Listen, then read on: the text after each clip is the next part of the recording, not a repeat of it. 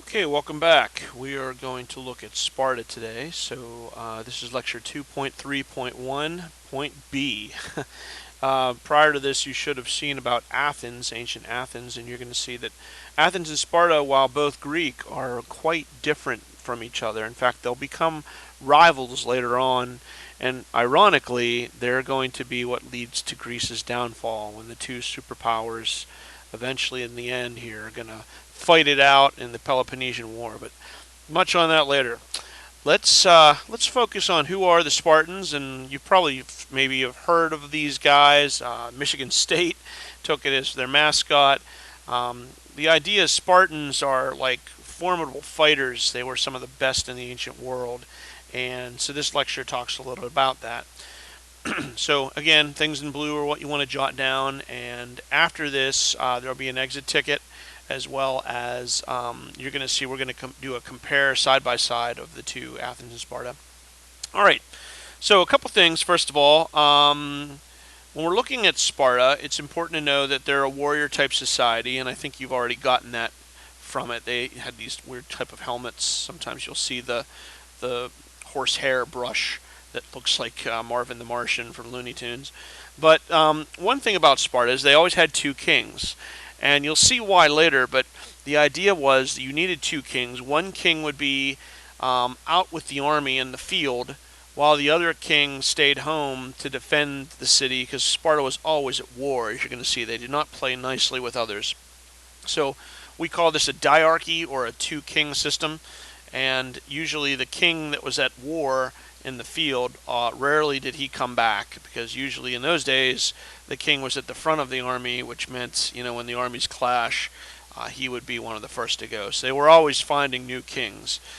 But when babies were born in Sparta, the first thing that would happen is the council of elders would get together, called ephors, and they would put the little baby on trial, and they were looking for any birth defects or problems, low birth weight, any maladies, and asthma, things like that. If there was anything wrong with the baby, then it was judged by these elders that either if it was too sickly or whatever, then the ephors might reject or condemn it to death. And there were these sea cliffs above Sparta where they would sometimes toss the baby back into the surf.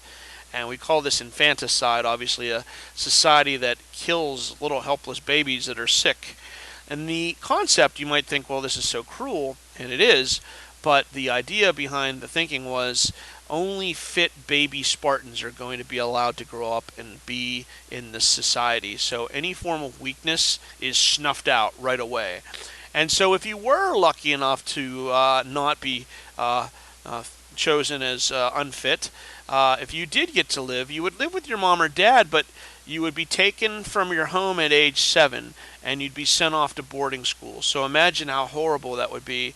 These are like your formative years when you're in your single digits. It's when you become the person you're going to be, and you have these connections to your folks, and to have that ripped away is traumatic. But it also shows the Spartan kid, hey, your parents aren't in charge of you. The Spartan state, you serve Sparta.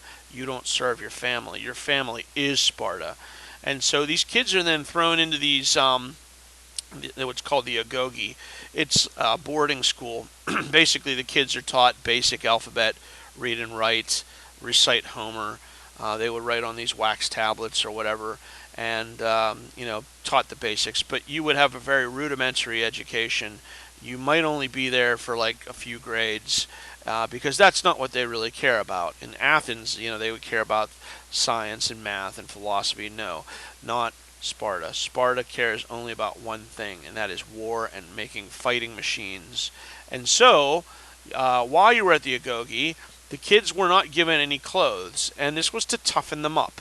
The idea was at night you would go to bed, you would shiver, and not having anything, obviously that you don't have a lot of fat Spartans, because your BMI, your body mass index, you're burning calories at night. Sometimes they would give you like one cloak, like that would be it, and that would be both your that you'd use that for your cover and maybe like a tunic or something. So, but really you didn't have much in the way of clothing. And while you were there at the agoge, they would only feed the kid once per day. And the idea was that you would have to sneak down into the village and steal your food. And I know this sounds crazy, like, why would you want them to steal? Like, is there any possible reason why? And the answer is, well, they want you to be able to forage, and they want you to be able to, like, go by yourself and find and provide your own food, because let's face it, on the battlefield no one's going to bring you a warm cooked meal.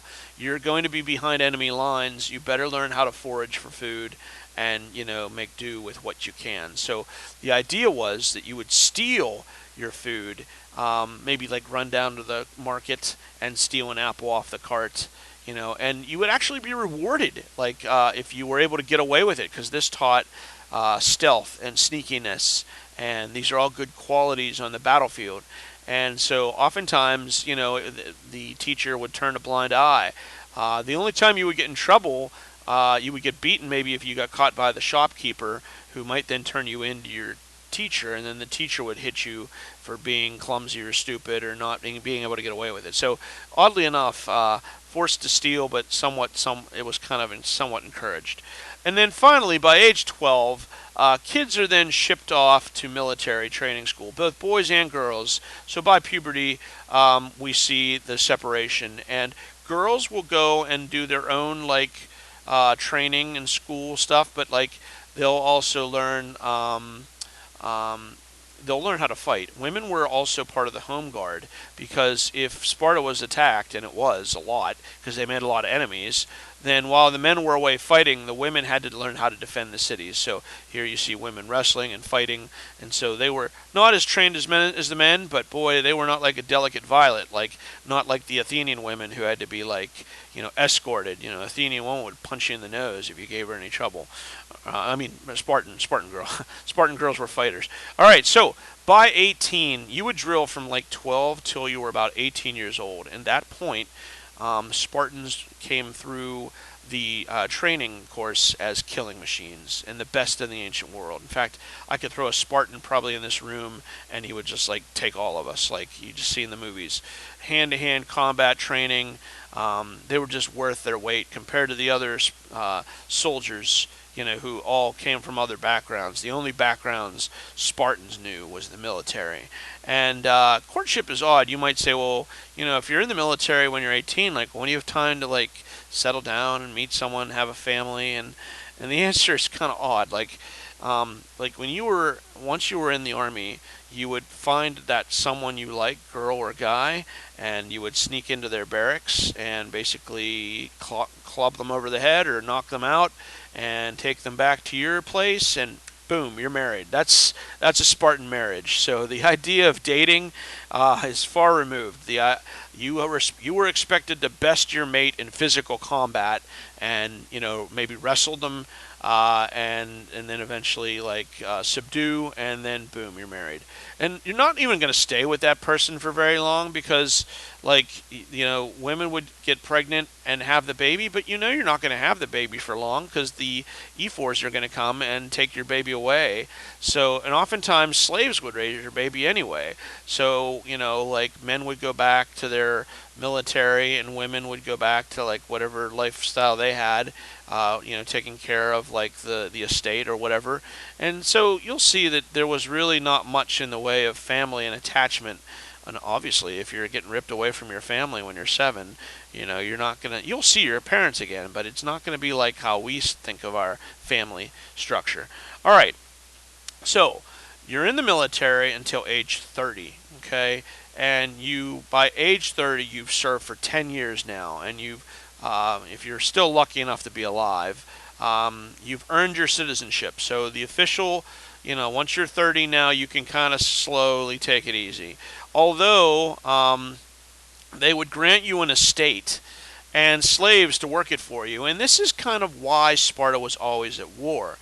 The idea was you would conquer lands so that you could then give these farms to the soldiers who were loyal, and the people you conquered, which would be fellow Greeks, are made into slaves. So slaves, we think of slaves like when we study the American Civil War and having dark skin. No. In the ancient world, anybody could be a slave. It didn't matter what color your skin was. So white people were slaves, no big deal. And these would be just maybe people from Thebes or Mycenae or another nearby city that got conquered by Sparta, that they would then do all the cooking, cleaning, farming, so that the Spartan now, after age 30, they could sit back and relax. Oh, but don't get too settled, because you would serve on the active reserves from age 30 to 60.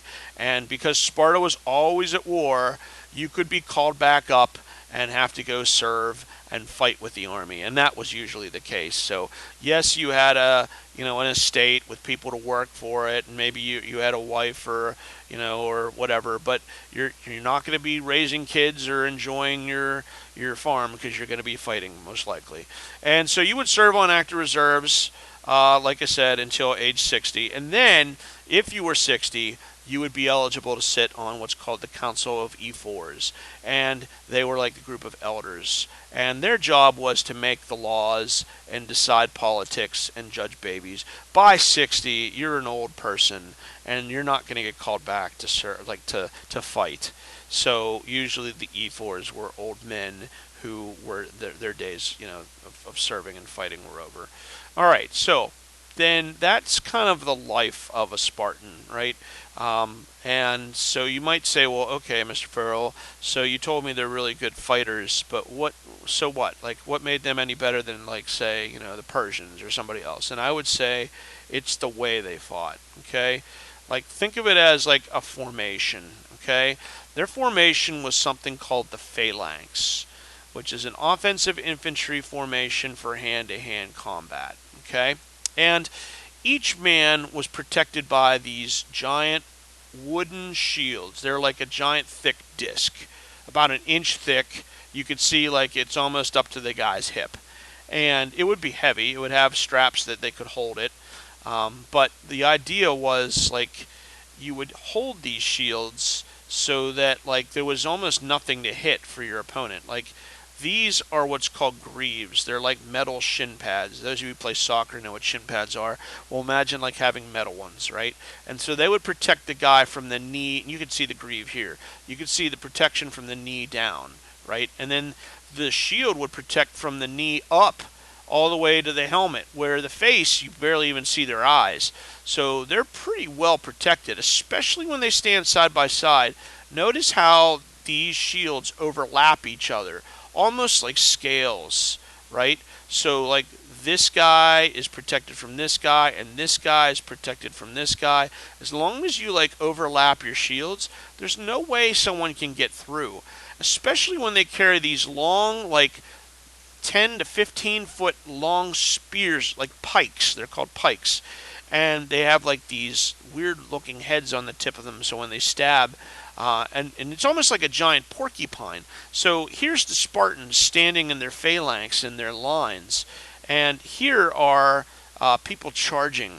And you can see even horses get gored if they try. All the men with a pike have to do is just plant it with their foot.